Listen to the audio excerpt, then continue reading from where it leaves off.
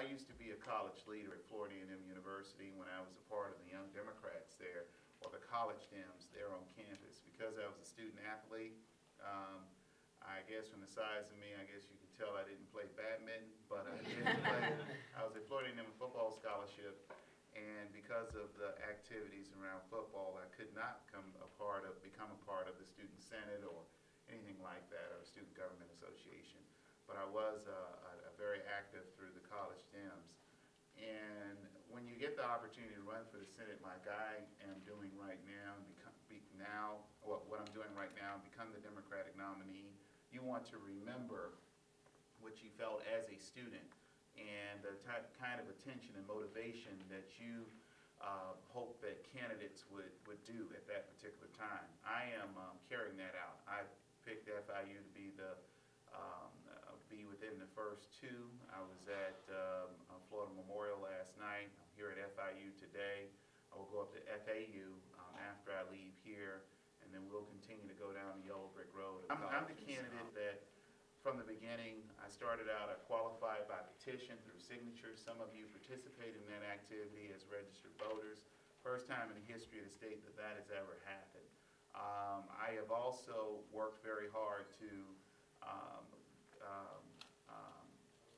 get throughout the state of Florida over the last couple of years, talking to voters about the issues that they're concerned about, most concerned about. I'm the only pro-choice candidate in this race. I'm the only pro-environment candidate in this race that's always been against offshore oil drilling. My other two opponents can't say that.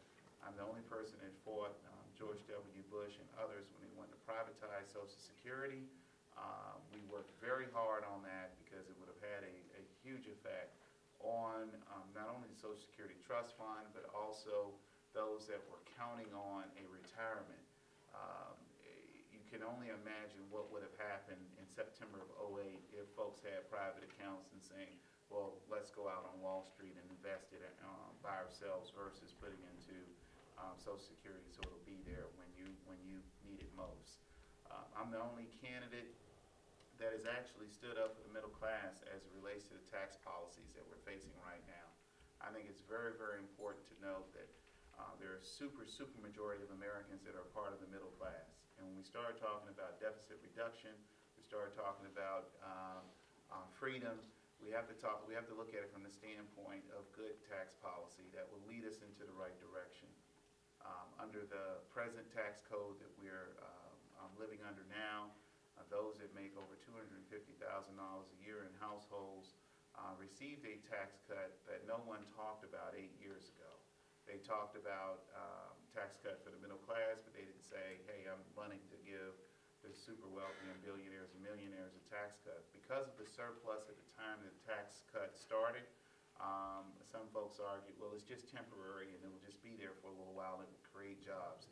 We found that middle class and Congressional Budget Office, I don't want to get all congressional here, said that middle class families are making 5% less than what they were making before the tax code was changed.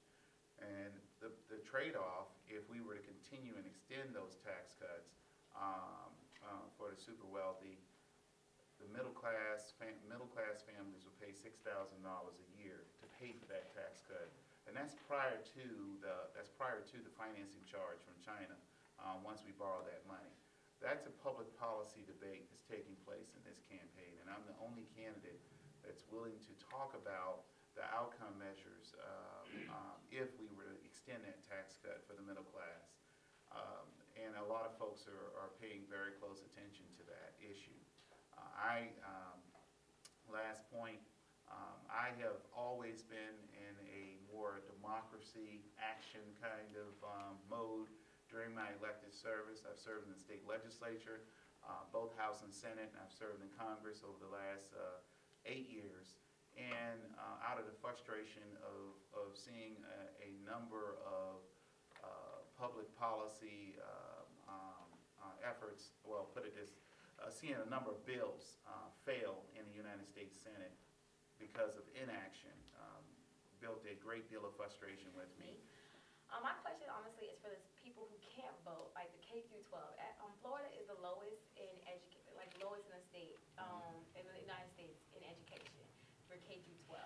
And I feel like a lot of times when it comes to our state representatives, our senators, they make that shot to K through 12, like they jeopardize their education, and then they might make some gradual concerns when we get to college, but when it comes down to those preschoolers who are concerned about, they're thinking about second grade FCAT, and they're worried about like not teacher shortage. It's like what can you secure as far as to, take care of the needs of students who can't vote, like, and for the parents who for some reason are not advocating as strongly as they should for that generation.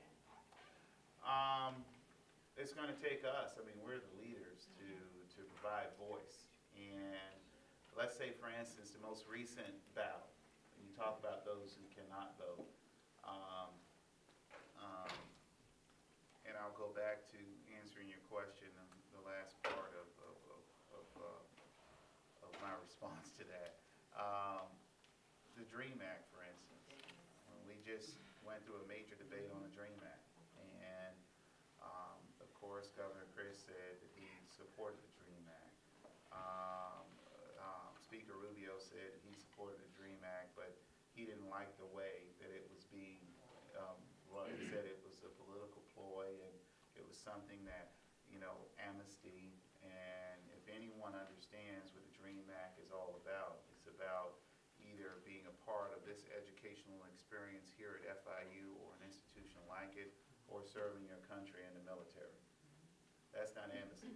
Amnesty is you don't have to do anything, and if you fall within the age range, we'll give you citizenship in this country, or have you work towards citizenship. And I have been a co-sponsor of the DREAM Act for now 4 or 5 years, and even when I was in the state legislature, I was supportive of a DREAM Act kind of in-state, out-state tuition issue, and pushing that forward. Now, you're a group of individuals who cannot vote, but if we're going to make our country stronger, and if we're going to make sure that communities are sound economically, we're going to have to make sure that folks are educated. Now, comprehensive immigration reform is another one. You have a lot of tough talk about who should be a citizen, who shouldn't be a citizen, who should, get their residency status. 14 million individuals in this country, estimate, and it's just an estimated number, it's an estimate, are undocumented.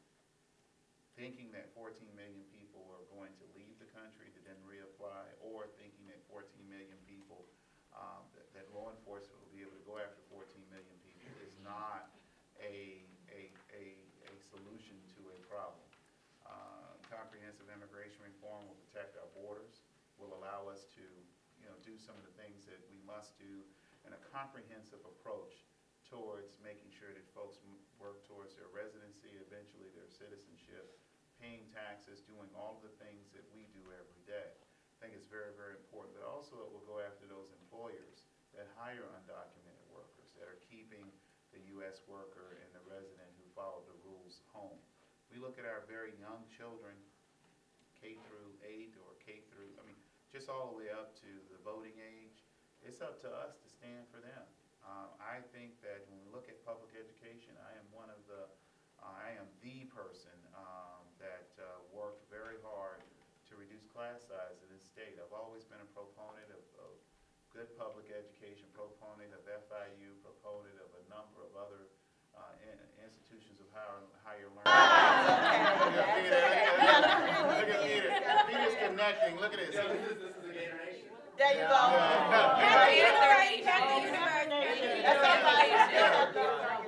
Yeah. Thank you. Peter, we're losing votes, okay?